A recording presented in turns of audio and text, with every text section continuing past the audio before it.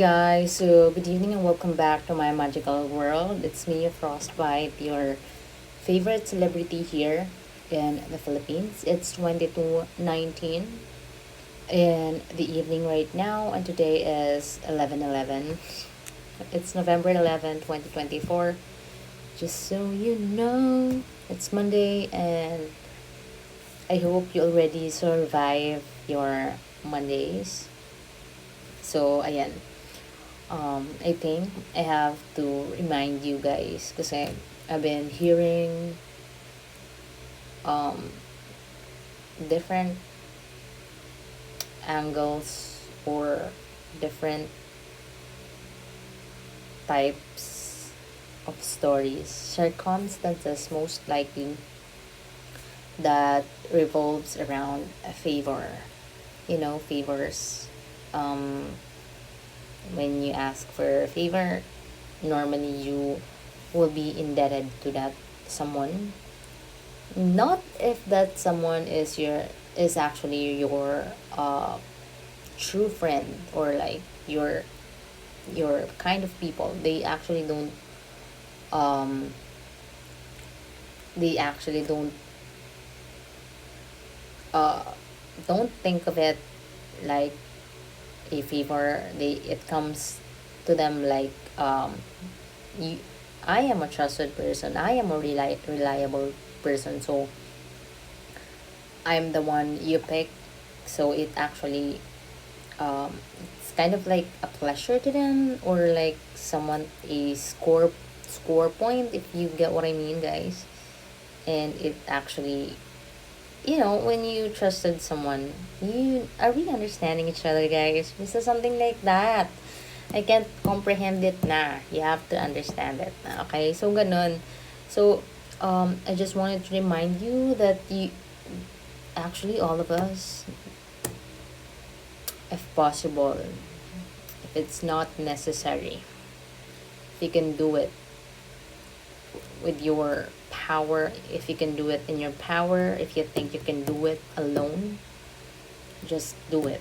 And refrain from asking people that you don't trust, or people you don't want to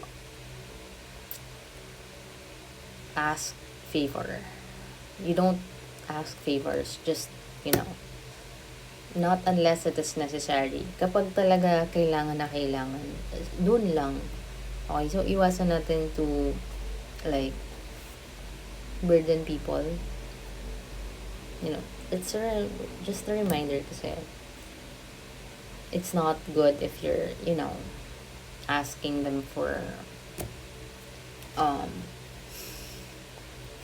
many things. Kapag kinakailangan, no problem, sometimes a lot of people like come to a point where they actually need help. Siguro dun lang yung point where it will be valid, or it will be a considerable amount of, I can't explain, guys. Basta yun na yun. Anyways, we go back to reading. Yan, you focus on me kasi ngayon I have time now. Not not so much time. Basta I have time for you kasi as of now in my life, this is the only thing that feels right. Being with you guys. So, alam mo naman, like, I don't know if you know, but when you're a fire sign, you just want things right away, right now. 'Di ba? So, sobrang there are I have a lot of patience, but when it comes to my goals, 'di ba? Sometimes I just wanted right away. Just, I just wanted to experience life to the fullest. But upon hearing the advice of someone that, I heard, so, like, personally, like, I wanted to move, diba? Like, it feels like a certain place or a certain situation, circumstances, environment is not kind of like serving your sole purpose. So, change must happen, diba? But somehow, upon hearing the advice of someone that I trust, um, wala lang. I came to ponder and reflect on what that person said to me, or upon hearing those um, good advice. So right now I just don't want to push things. Like, I just want it just just be like that for now, at this point of time lang, ha. Baka bukas iba na naman yung feeling ko. So, like, for me, it's good that somehow I could be able to say what I feel, what's on my mind with you guys. Anyways, nasabi ko lang yun kasi I feel like I need to change a lot of things. So, wala lang. By the way, yan. So, let's focus na, guys. Okay? Hindi naman ako yung sobrang madaling-madali, pero sobrang madaling-madali din ako. Like, I'm in between those decisions. But syempre, may mga pros and cons yun. But anyways, let's not think about it muna. Kayo na muna, guys, ang isipin ko, no? So, we're on to page 87 and 88 of the book Mastery. I know that feeling ko naman, hindi lang naman ako yung nakaka-feel ng ganitong feeling stuck. So, if you're feeling that way too, hindi ko rin alam, hindi ko din, I also don't know, but maybe it's just a phase. Kasi, nothing is permanent naman, like, I mean, the energy is moving and flowing, so, we're actually capable of, making decisions, and, movement. If you wanted to run, you can naman, right? Basta make sure that you're healthy and you are capable. Focus na. Back to you, guys. So yan, continue na muna tayo. Escalatrava intuited. I will read this for you slowly, guys. Okay? And kahit mahaba yung video ko, it's fine. At least now, I am not rushing kasi I've been rushing many things, doing many things, exerting a lot of energy onto many things. Kaya, at this point of time, I wanted to take it slow. Kaya I am reading this to you in a manner that you will understand, because we are not rushing today. Just for today. Okay? So, Escalatrava intuited, this should be a part of our apprenticeship. We must make ourselves study as deeply as possible the technology we use, the functioning of the group we work in, the economics of our field, its lifeblood. We must constantly ask the question, how do things work? How do decisions get made? How does the group interact? Rounding our knowledge in this way will give us a deeper feel for reality and heightened power to alter it. So, we are on to number 8. Yung title niya is Advanced. It's Through Trial and Error. Growing up in a suburb of Pittsburgh, Pennsylvania,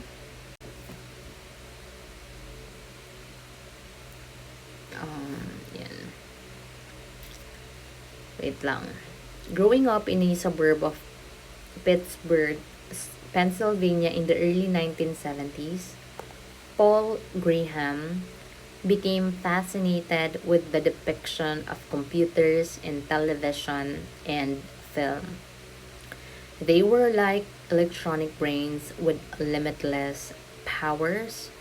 In the near future, or so it seemed, you would be able to talk to your computer and it would do everything you wanted. In junior in junior high school, he had been admitted into a program for gifted students that provided them with a chance to work on a creative project of their choosing. Graham decided to focus his project on the school's computer.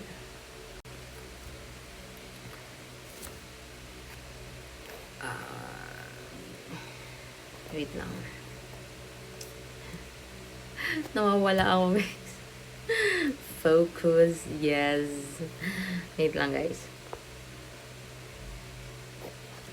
In junior high school, he had been admitted into a program for gifted students that provided them with a chance to work on creative project of their choosing.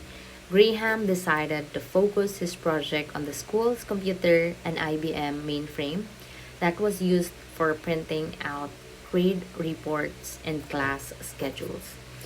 This was the first time he had gotten his hands on a computer, and although it was primitive and had to be programmed with punch cards, it seemed like something magical, a portal to the future.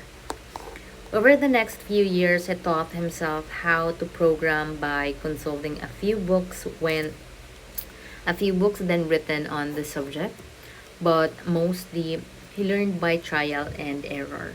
Like painting on a canvas, he could see the results immediately of what he had done. And if the programming worked, it had a certain aesthetic brightness to it. The process of learning through trial and error was immensely satisfying. He could discover things on his own without having to follow a rigid path set up by others. This is the essence of being a hacker. So it's an amazing thing if you have someone you can trust. People like this are they have high IQ, diba? And I I really admire those kind of people for doing not the mundane thing. I mean, not the usual thing. I really admire those people, especially those people um who are not famous or popular, but they are kind of like doing a substantial job, or freelancer, or I just admire their ano their wit. Ano ba yan? Sumisigaw tayo. Sorry guys, just focus. Going back, okay? So deciding to pursue his studies further, he chose to attend Cornell University, which at the time had one of the best computer science departments in the country. Here, he finally received instruction in the basic principles of programming, cleaning up many of the bad hacking habits he had developed on his own. He became intrigued by the recently developed field of artificial intelligence, the key to designing the kinds of computer he had dreamt about as a child. To be on the frontier of this new field, he applied and was accepted to the graduate school in computer science at Harvard University. 'Di ba? Ito talagang School of Harvard. Siguro one of the most, like, it's really an amazing thing if you studied here, 'di ba? Kasi what a privilege and what a kind of experience. I truly believe that professors here or people who studied here wanted to make really a huge difference. People who actually studies here wanted to make a huge difference globally. internationally, or maybe even outside our planet.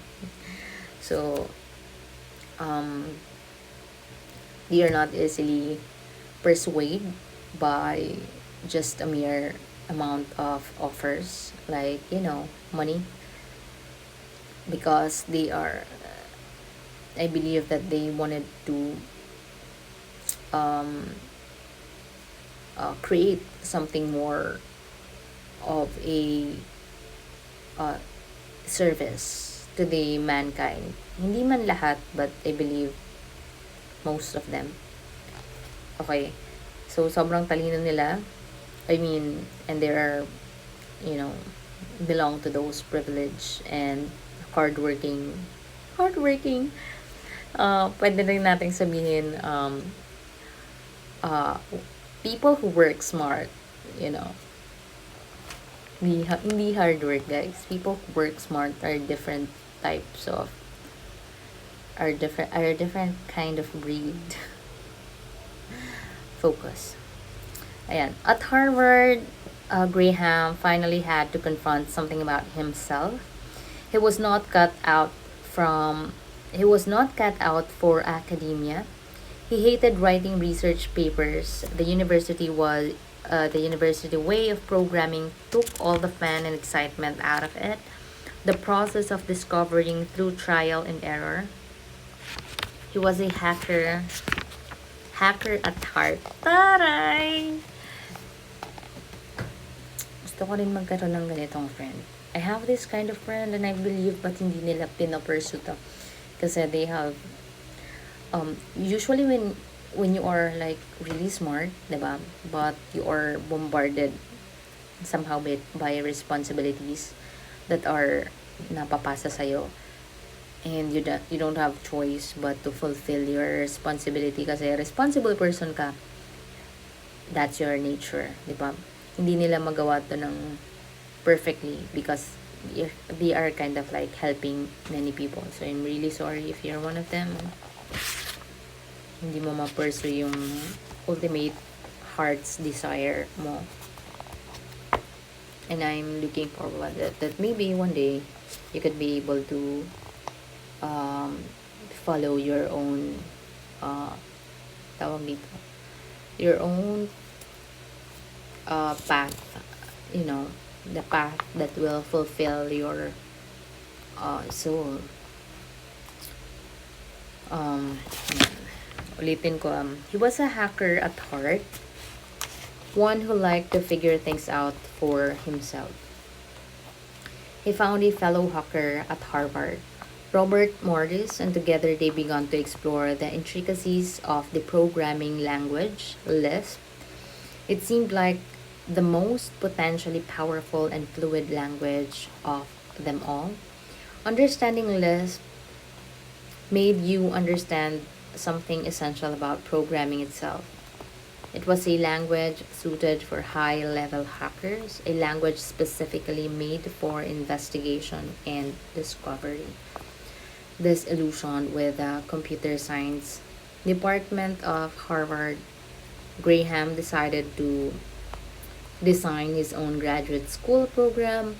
He would take a wide range of classes and discover what interested him the most. To his surprise, he found himself attracted to art, to painting, to the subject of art history himself. What this meant to him was that he should follow his interest and see where it would lead. Amazing. So, um, yan. Kapag wala ka pa masyadong responsibilities, good for you. Kasi, you could really decide, parang wala kang setback, wala kang iniisip. Most likely, it won't happen to the people who are already creating family simultaneously. Iba yung, alam mo yun, yung self-actualization, the people who meet their goals before starting a family kasi they will have different because they will have different responsibilities na, and they will see life in a different light. Okay? But sometimes naman hindi naman din yon hindrance to get uh, what they wanted to pursue. Sometimes, but most of the time it's a hindrance. Okay? So tapusin nyo muna one at a time, right? Kasi totoo talaga na there's a right time to do things. So kapag kaya na, then go. And then, good for you. Kaya mo na eh. So, after completing his PhD at Harvard in computer science, he enrolled in Rhode Island School of Design, then attended the painting program at the Accademia in Florence, Italy. He returned to the States broke but determined to try his hand at painting. He would pay for his lifestyle with intermittent consulting work in programming. As the years went by, he would occasionally reflect on the course of his life. Artists in the Renaissance would go through clear cut apprenticeships, but what could he say about his own apprenticeship? There seemed to be no real design or direction to his life. It was like the cheesy hacks he did in high school, patching things together, figuring things out through constant trial and error, finding out what worked by doing it, shaping his life in this haphazard way. He learned what to avoid: academia, working for large companies, any political environment. So, siguro medyo kagaya ko to. I don't like to be involved with other people's agendas. Kasi when you involve yourself, in a political environment, you actually, it kind of like, it will pollute you. Okay, so let me repeat that, okay? So,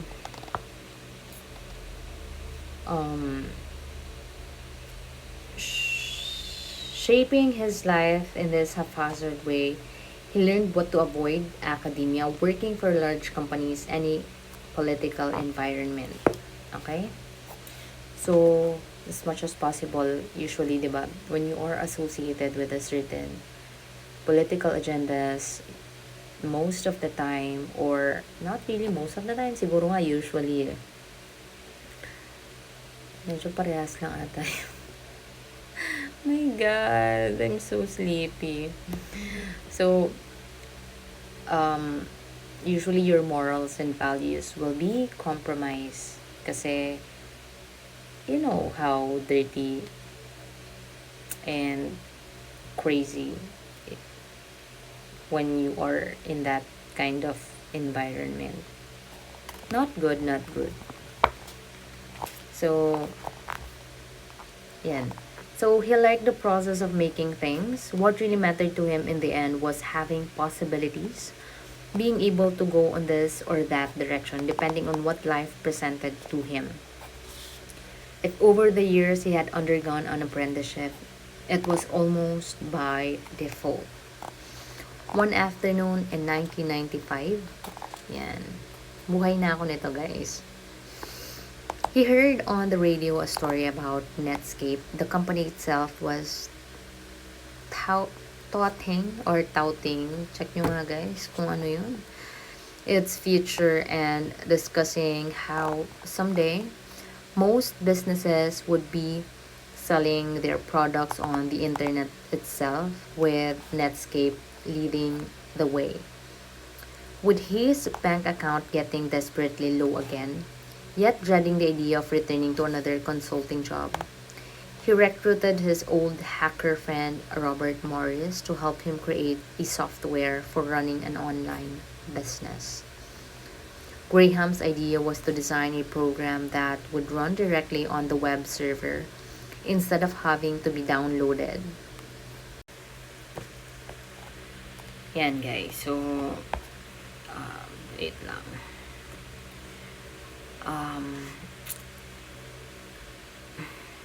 Instead of having to be downloaded, no one had thought of this before. They would write the program in Lisp, taking advantage of the speed with which they could make changes to it. They called their business Via Web and would be the first of its kind, the pioneer of online commerce. Just 3 years later, they sold it to Yahoo for $45 million. So amazing, di ba? When you are, it happens, guys, when you have that kind of passion to build, di ba? To build things of substance. Okay? So, yan. Amazing to these men. Diba? So, i-continue natin to. Bukas naman, syempre.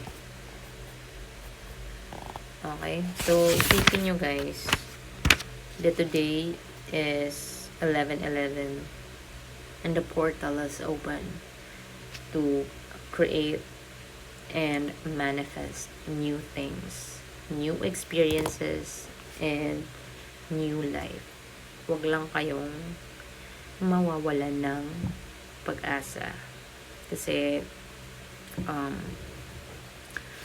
you have to declutter, self-reflect, declutter again if necessary, your thought, your headspace. Diba? Kasi hindi naman laging okay yan.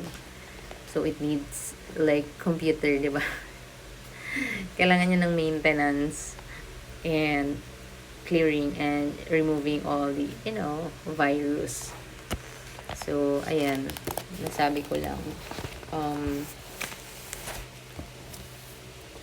I'm just here to remind you that